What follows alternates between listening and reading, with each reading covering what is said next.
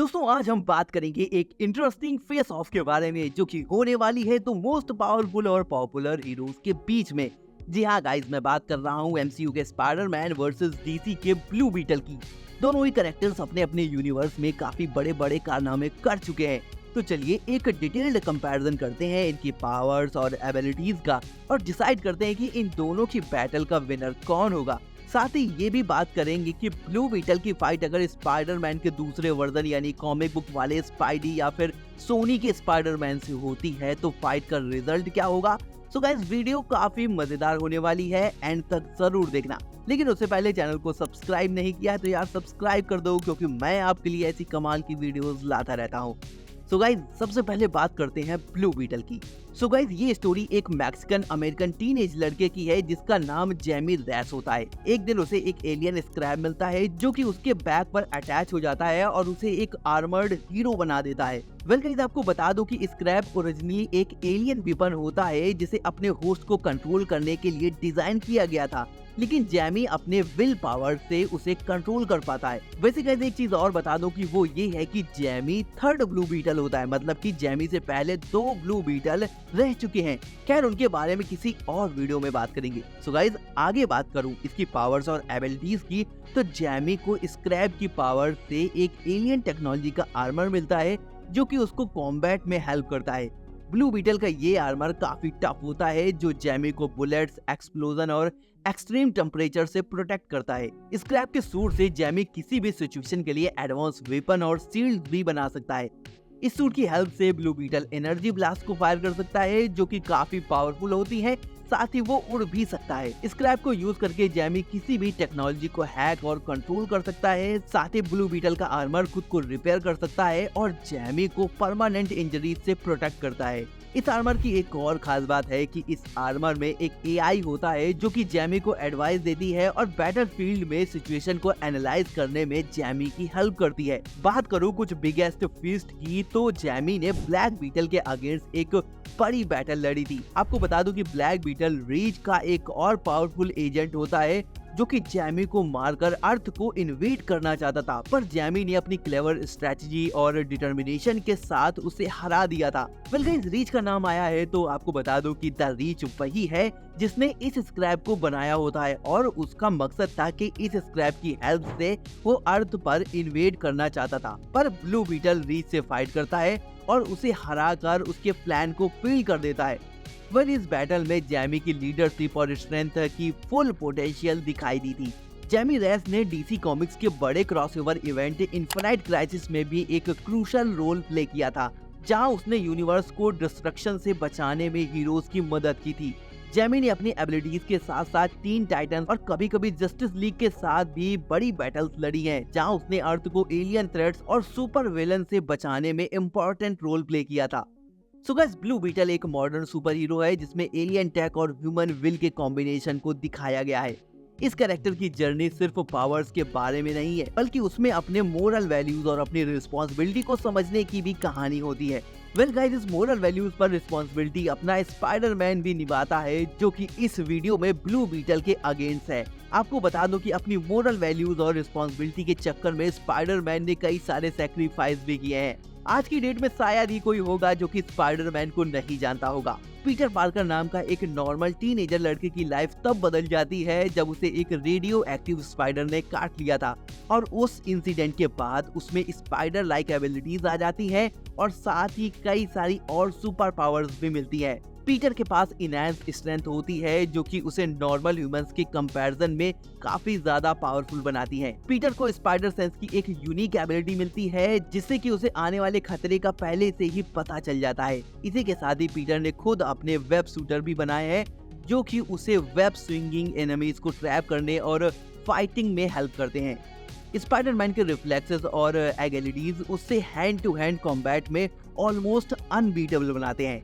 MCU के civil war में Spiderman के सुपर रिफ्लेक्सेस और स्ट्रेंथ को दिखाया गया है, जहां वो आसानी से बकी और फैल्कन को ओवरपावर कर देता है। इसी के साथ ही स्पाइडरमैन के साथ आयरन मैन सूट भी है जो कि उसे टोनी स्टार्क ने दिया था। इस सूट में एडवांस एआई, वेपन्स और मैकेनिकल लेग्स भी इंक्लूड है जो कि उसकी एबिलिटीज को और भी एनहांस कर देती हैं। बात करो स्पाइडरमैन के कुछ बड़े कारनामों की, तो स्पाइडरमैन ने थैनोस के अगेंस्ट उसके प्लेनेट टाइटन में फाइट की थी और बाद में स्पाइडरमैन ने बाकी की सुपर हीरोज के साथ मिलकर थैनोस की आर्मी के साथ फाइट किया था और कई सारे एनिमीज को इजीली डिफीट किया था। And guys, No Way Home की मल्टीवर्स बैटल में एमसीयू के पीटर पार्कर ने टॉबी मैकवायर, एंड्रू गारफील्ड के वर्जन के साथ मिलकर कई सारे विलन्स जैसे ग्रीन गॉब्लिन, इलेक्ट्रो और डॉक्टर ऑक्टोपस को हराया और मल्टीवर्स के बैलेंस को वापस से रिस्टोर किया था। वेल गाइस, अब बात करते हैं दोनों के बीच की इस बैटल का विनर कौन होगा। तो इस बैटल को हम लोग 5 पॉइंट में डिस्कस करेंगे और फिर देखेंगे विनर कौन होगा। सबसे पहला पॉइंट है स्ट्रेंथ एंड ड्यूरेबिलिटी का। तो भाई लोग, ब्लू बीटल के आर्मर के साथ उसकी स्ट्रेंथ और ड्यूरेबिलिटी स्पाइडरमैन से ज्यादा है। उसका एलियन आर्मर उसे हैवी अटैक और एक्सप्लोजन तक से बचाता है। स्पाइडरमैन की स्ट्रेंथ भी इम्प्रेसिव है, लेकिन वो ब्लू बीटल जैसे हैवी डैमेज से रेसिस्ट नहीं कर पाएगा, क्योंकि नो वे होम में जब स्पाइडरमैन डॉक्टर डॉक ओक से फाइट कर रहा होता है तो डॉक स्पाइडरमैन के नैनो सूट को इजीली डिस्ट्रॉय कर देता है, क्योंकि स्पाइडरमैन का सूट ब्लू बीटल के जैसा खुद को रिपेयर नहीं कर सकता है। इसीलिए स्ट्रेंथ और ड्यूरेबिलिटी के मामले में ब्लू बीटल ज्यादा स्ट्रॉन्ग है। अगला पॉइंट है स्पीड एंड एगिलिटी।